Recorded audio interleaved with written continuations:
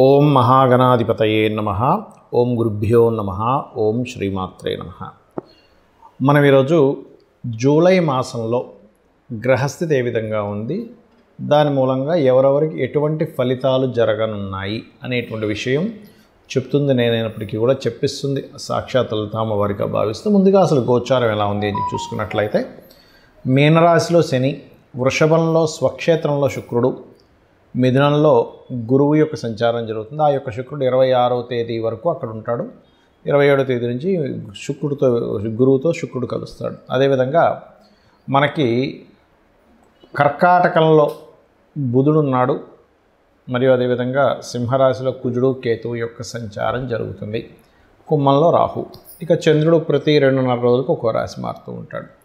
అయితే ఈ యొక్క విషయాల వల్ల, అంటే ఈ గ్రహస్థితి వలన ఎటువంటి స్థితిగతులు ఉంటాయి, అలాగే ఏ పరిహార మార్గం చేసుకోవడం ద్వారా దాని నుంచి బయటపడతాం అనేటువంటి విషయాలు మనం ఒక్కొక్క లగ్నరీత్యా తెలుసుకుందాము. లగ్నం తెలియని వారు రాశి నుంచి చూసుకోండి.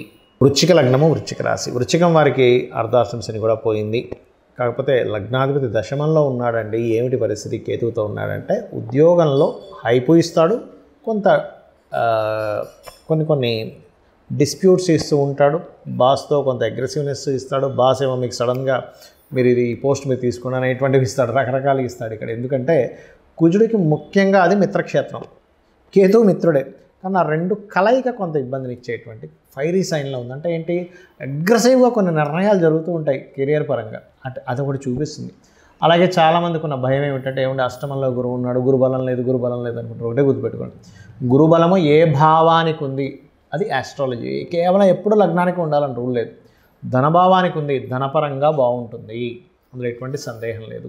కాకపోతే కాస్త 3వ అధిపతి పంచమంలో ఉంది, సంతానం వల్ల కొంత స్ట్రెస్ ఉండడము, షేర్ మార్కెట్ వల్ల కొంత తొందరపడి షేర్ మార్కెట్లో ఏదైనా ఇన్వెస్ట్మెంట్ చేయడం వల్ల, అనుభవం లేక చేయడం వల్ల కలిగే ఇబ్బందులు, కొంత ఫ్రెండ్స్ వల్ల కొంత ఇబ్బంది, ఇటువంటివి కలుగుతూ ఉంటాయి. కాకపోతే ఇక్కడ ఏంటంటే లోన్స్ తీసుకునేటప్పుడు, అందులో ముఖ్యంగా హోమ్ లోన్స్, ల్యాండ్ మీద తీసుకునే లోన్స్ విషయంలో, ఎడ్యుకేషన్ లోన్స్ విషయంలో కొంత జాగ్రత్తగా ఉండండి.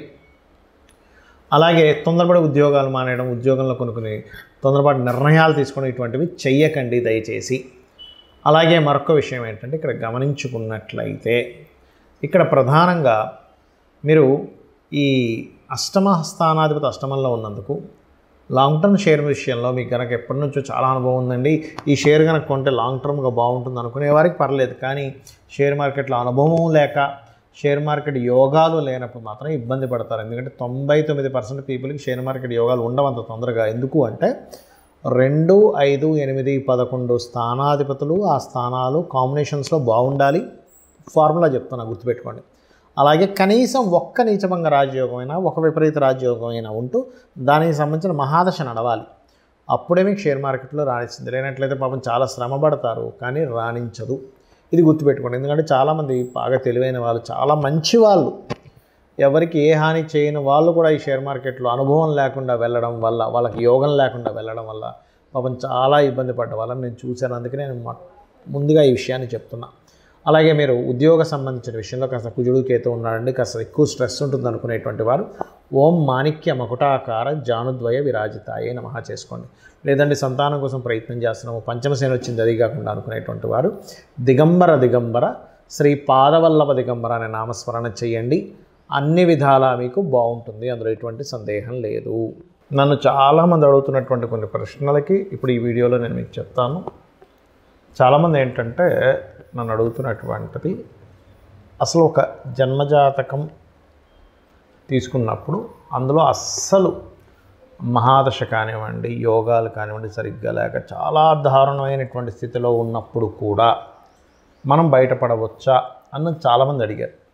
నేను ఒకటే గుర్తుపెట్టుకోండి, మొట్టమొదటిగా మనం అర్థం చేసుకోవాల్సింది ఏంటంటే, గ్రహాలు మిమ్మల్ని దారుణమైన స్థితిలోకి తీసుకెళ్ళట్లే. మీ యొక్క పూర్వజన్మ కర్మే మిమ్మల్ని ఈ దారుణమైన స్థితిలోకి తీసుకొచ్చింది. అది బ్యాడ్ కర్మ అయితేనేమో ఒక రకంగా ఫైనాన్షియల్గా, హెల్త్ పరంగా, అపకీర్తి పరంగా అన్ని విధాలా ఇబ్బంది పడతాం. గుడ్ కర్మ ఉంటే అదే పరంగా మనిషి ఒక స్టేజ్కి వెళ్తాడు. అయితే మనం ఇక్కడ అర్థం చేసుకోవాల్సింది ఏంటంటే, కర్మ మనల్ని ఆ స్టేజ్కి తీసుకెళ్తుంది, కానీ ఆ కర్మ ప్రదాత అయినటువంటి ఆ యొక్క అమ్మవారు కానివ్వండి, స్వామివారు కానివ్వండి, పరమేశ్వరుడు అనుకోండి, మీరు పూజించేటువంటి ఏ దేవతా స్వరూపమైనా కానీ అది విష్ణువు, శివుడు, రుద్రుడు ఎవరైనా కానీ, వాళ్ళ చేతిలో వాళ్ళ యొక్క కనుసైకల్లో ఈ విశ్వం మొత్తం తిరుగుతూ ఉంటుంది, గుర్తుపెట్టుకోండి. అయితే మీరు ఎటువంటి గ్రహస్థితిలో జన్మించినా ఒకటి నిత్యము గనక దేవతారాధన చేయడము, జస్ట్ మీకు ఏ మహాదశ ఏ అంతర్దశ నడుస్తుందో దానికి సంబంధించిన దానం కనుక ఇవ్వగలిగితే ఇంకేం పెట్టుకోకండి, నేను భగవంతుడిని పట్టుకున్నాను, నాకు ఖచ్చితంగా మంచి జరుగుతుందనేటువంటి భావనలో ఉంటే 100% సెట్ అవుతుంది. ఇక రెండవ ప్రశ్న ఏంటంటే, కొంతమంది ఈ మధ్య నన్ను అడిగారు, ఏమండి ఇప్పుడు ఇవాళ రేపు ఎక్కువ సిజరన్స్ అవుతున్నాయి కదా, సిజరన్లో పుట్టినటువంటి వ్యక్తికి కూడా గ్రహాల యొక్క ప్రభావం పడుతుందా అని. ఒకటే గుర్తుపెట్టుకోండి, మనకి పూర్వజన్మ కర్మ వల్ల గ్రహ ప్రభావం అనేది మన మీద ఉంటుంది. ఇప్పుడు సిజరన్లో పుట్టినంత మాత్రం ఆ వ్యక్తి జ్వరం లేకుండా లేదు, ఆ వ్యక్తికి అంటే సి సెక్షన్ చేసి బయటికి తీస్తారు న్యాచురల్గా కాకుండా, అదేవిధంగా ఆ వ్యక్తికి ఏ ఇబ్బందులు రాకుండా ఉండట్లేదు. ఎందుకంటే మంచి కర్మ లేదా మనం ఒక బ్యాడ్ కర్మ చేసామా మంచి కర్మలు చేసుకున్నామా అనేది పూర్వజన్మ దీన్ని బట్టి ఉంటుంది.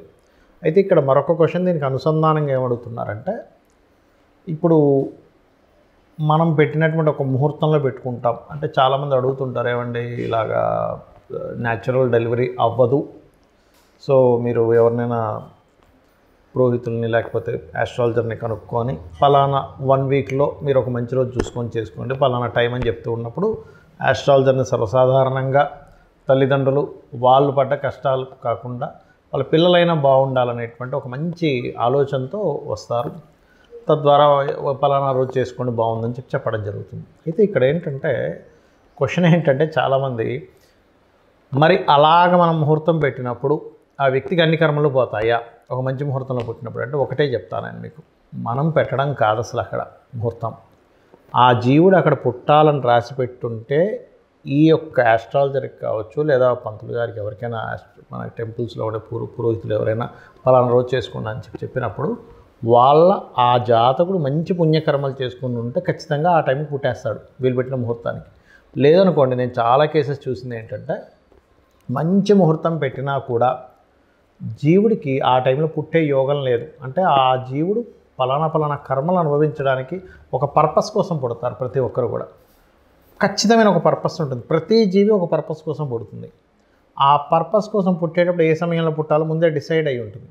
మనము ఫలానా ఉదాహరణకి ఇప్పుడు ఇది జూన్ మాసం నడుస్తుంది అనుకుందాం, జూలై 10వ తేదీయో పెట్టాం, కానీ వాళ్ళు జూలై 9వ తేదీ తల్లికి కాస్త పెయిన్స్ స్టార్ట్ అయిపోయి ఇమీడియట్లీ హాస్పిటల్లో తీసుకెళ్ళి జాయిన్ చేసేసి డెలివరీ చేసేస్తారు, ఆపరేషన్ చేసేస్తారు. ఎందుకంటే పెయిన్స్తో ఉన్నప్పుడు 10వ తేదీ దాకా ఆఖరిగా 9వ తేదీ వస్తాయి, ఆ రకంగా జరుగుతుంది, గుర్తుపెట్టుకోండి. కానీ సర్జరీ చేసినప్పుడు పుట్టినా అంటే సి సెక్షన్లో పుట్టినా న్యాచురల్గా డెలివరీ అయినా ముందే ఫిక్స్డ్.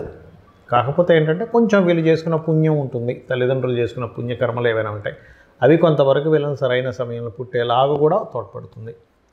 అయితే ఇక్కడ చాలామంది ఏంటంటే భయపడుతున్న అంశాలు ఏలినాడు శని, కాలసర్ప యోగం, ఇది చాలా పెద్ద ఎఫెక్ట్ ఇస్తుంది అనేటువంటిది ఒక మిత్తులో ఉంటున్నారు. ఒకటి గుర్తుపెట్టుకోండి, నేను చాలా వీడియోలు చెప్పాను, మళ్ళీ చెప్తున్నా, 180 మంది ప్రెసిడెంట్ల జాతకాలు నెట్లో నేను సెర్చ్ చేసి చూశాను. అందులో 90% ఆఫ్ ఈ యొక్క ప్రెసిడెంట్లకి కాలసర్ప యోగం ఉంది. అంటే ఒక్కసారి మనం ఆలోచించినట్లయితే, మరి వాళ్ళు ప్రెసిడెంట్లు అయ్యారే కాలసర్ప యోగం ఉన్నప్పుడు మనం ఎందుకు మన జీవితం ఏదో పాడైపోతుందని ఆలోచిస్తున్నాము అనే ఒక్క చిన్న లాజిక్ పాయింట్ మీరు అర్థం చేసుకుంటే సెట్ అవుతుంది. అంటే ఎందుకు అంటే, వాళ్ళ పర్సనల్ చార్ట్స్లో ఓ దేశానికి నాయకుడు అయ్యే యోగం ఉంది. కొంతమందికి కాలసర్ప యోగం ఉన్నప్పుడు మంచి డాక్టర్స్ అయ్యారు, మంచి లాయర్లు అయ్యారు, ఐఏఎస్లు ఐపీఎస్లు కూడా ఉన్నారండి. ఇంకా చెప్పాలంటే అంటే ఏమిటి అంటే, వాళ్ళ కాలసర్ప యోగం కేవలం మనకు శాస్త్రంలో చెప్పింది ఏమిటి అంటే, మీకు చాలా స్పష్టంగా నేను చెప్పబోయేది ఒకటే, కేవలం ఇది దేశకాల పరిస్థితులకు మాత్రమే కాలసర్ప యోగాన్ని చూడాలి, జన్మజాతకానికి అసలు అప్లై చేయకూడదు, గుర్తుపెట్టుకోండి. ఏమండి లేదండి నాకు దానివల్ల అవుతుంది, అదంతా మీ మిత్తం చెప్తాను నేను. ఖచ్చితంగా మీ యొక్క నెగటివ్ థింకింగ్ వల్ల అలా అనిపిస్తుంది, దీనివల్లే అవుతుందేమో అని. కానీ వేరే కారణాలు ఉంటాయి. సంపాదించలేకపోతున్నాము, సెకండ్ లార్డ్ ఎక్కడో ఇబ్బంది పడి ఉంటాడు, ఉద్యోగం రావట్లేదండి కాలసర్ప యోగం వల్ల. మీ 10th లార్డ్ చూడండి ఫస్ట్, మీ 10వ అధిపతి ఏమిటి, ఎలా ఉంటుందంటే అన్నిటికీ కూడా తలనొప్పి వచ్చిన కాళ్ళకి ఆయిల్ రాసుకున్నట్టుగా ఉంటుంది పరిస్థితి. కాబట్టి అలా కాదు. 10వ అధిపతి ఏమిటి, వివాహం అవ్వట్లేదు కాలసర్ప యోగం అనుకుంటారు, కాదు. మీ సప్తమాధిపతి ఎలా ఉన్నాడు, వివాహ జీవితంలో గొడవలు అయిపోతున్నాయి, విడాకులు అయిపోతున్నాయి. 12వ అధిపతి ఎలా ఉన్నాడో చూడండి. ఆరోగ్యం బాగాలేదు. 4, 5, 6 అధిపతులు ఎలా ఉన్నారో చూడాలి. ఇలా ఒక్కొక్క దానికి పర్టికులర్గా శాస్త్రంలో కొన్ని ఫార్ములాస్, కొన్ని భావాలు చెప్పబడింది.